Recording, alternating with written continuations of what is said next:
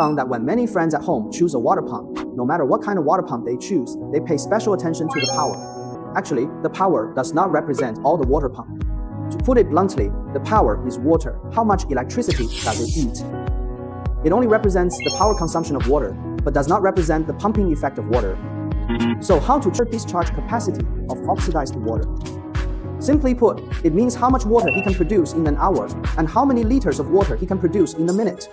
Dust was the water shield's water delivery ability. He didn't just look at how high the water shield could heat the water, but how powerful this water pump is. It can send water high and far, and it can also withstand the resistance of various pipes, making the water more powerful. For example, when choosing a water pump in our home, we must first consider how high the home is and how many floors we live on. For example, I live on the 5th and 6th floors, or how many rooms in the home. Usually several faucets are used at the same time. To choose a water pump based on these, take the whole house